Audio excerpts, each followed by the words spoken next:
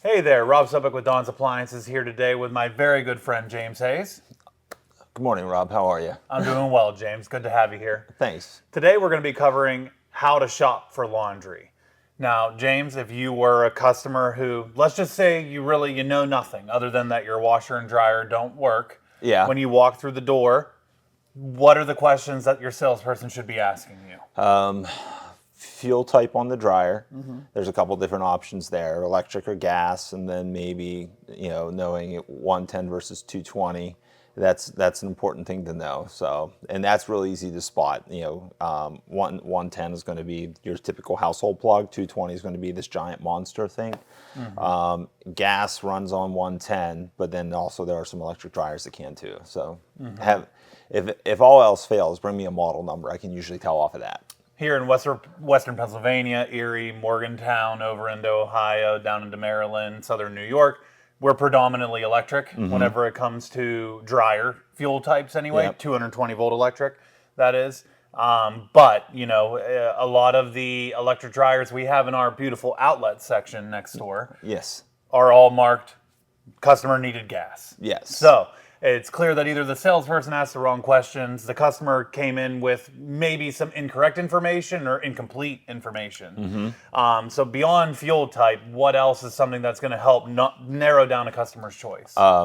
Well, if your dryer, vented or non-vented, that can be important. Most dryers are vented, but there are non-vented options out there. So knowing if you can actually vent outside or not is going to be huge. So, And we don't consider the accordion vent into a little bucket of water. That is not what Dawn's Appliances would consider vented. So you need a ventless dryer if that is your application. And we definitely have solutions for that. If you're in, downtown Pittsburgh in a high rise and you replace water in a little trap connected to your vent, let's get you a ventless dryer. all right. And then the other one is spacing. And a lot of people don't take this into consideration before they come in, but where's your laundry installed? If you're in an open basement, no big deal. If you're in a closet, then depth can be a huge issue. So knowing like what your maximum space is.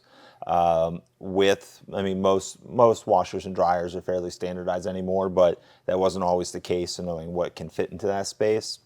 And then, from there we can help narrow down. And then that can start bringing up conversations of top load versus front load versus, compact, those sorts of things. So if I have customers looking for, top load laundry, I usually ask questions like, why do you want to top load? Because you can probably agree with me, top loaders of the past are much different than top loaders of the day. Oh, yeah, of course. The new ones don't wash maybe quite as well as the old ones used to. So, you ask these questions of, what was it about yours that you liked? Or if they have a front load and they want to go back to top load, why would they want to do that?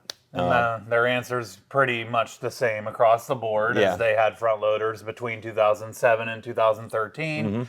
There was a lot of mold and mildew issues, whether Yeah. it be because of what they were using on those gaskets or because customers didn't know or didn't necessarily listen about the instructions to leave your door and your tray open after you're done for the day and let it air out, because it is airtight and top loaders are not. Yes, so yeah, it's airtight. You shut the door. Now there's no airflow, and you got a damp environment. That's a good way to grow mold inside of your unit.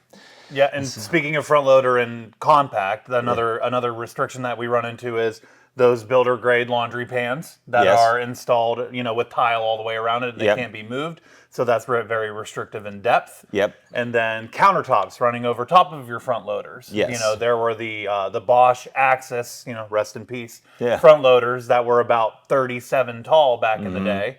They were still full size. Now that height is going to restrict you only to compact. Yes. And a lot of those were under counter. So you really got to pay attention to every single parameter.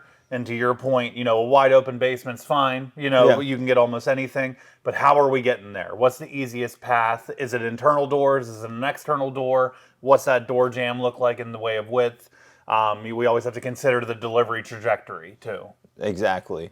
And then a lot of customers will ask that, I think they're under the impression that top loaders will last longer than front loaders, because traditionally in the past they may have had an older Kenmore unit from the 70s that went 30 years and their new unit only lasted 10. Right, we get that every day. My Yeah. Kenmore, my Maytag, my Whirlpool is, put a number here, Yeah. 18, 32, somewhere in between, Yeah. and we never had a service call. Yeah. And I'm sure that's true. Yeah. Now these newer units, 7 to 10 years is average lifespan, whether it's going to be front load or top load. So You're if probably being nice, but yeah. So if you're breaking down the differences between the two, top loaders tend to be a little bit more maintenance free. If you're the sort that doesn't like to do all the little extra steps as far as the cleaning and everything, that might be a better option. If your primary concern is going to be wash performance, though, I think industry consensus is front loaders do wash better than top loaders. Right, for sure. Yeah, so they're a little bit more maintenance, but then they're also going to perform better. Right, and if you take care of them, and it's not some huge investment of time and energy by any means. With most of these machines, the drain pump filter is hand accessible from the front, and a majority of the front load machines, all of them are going to have a clean washer cycle. And you get the cleaner here, you can get them on Amazon, you can get them at the grocery store, and it's only like a 40-minute cycle or so. If that, it doesn't involve any like real, elbow grease, so to speak. And dryers, you just got to clean your lint screen at the end of the day. Get your vent cleaned every year and a half, 2 years maybe. And I didn't know this. There's a top loader that's very popular with us right now. I'll leave the model number out of it, but it actually requires, it'll lock you out if you don't run a cleaning cycle after so many cycles. Nope, I learned that recently too. Yeah. Yes, that is something they should probably put on the front of the user manual. Yeah. So maybe we go over that in another video another day. Sure, 100%. Because there are certain customers, that came from that 30-year-old Kenmore. They are none too pleased when they find out that after they run 30 cycles, they have to clean their washer. Yeah.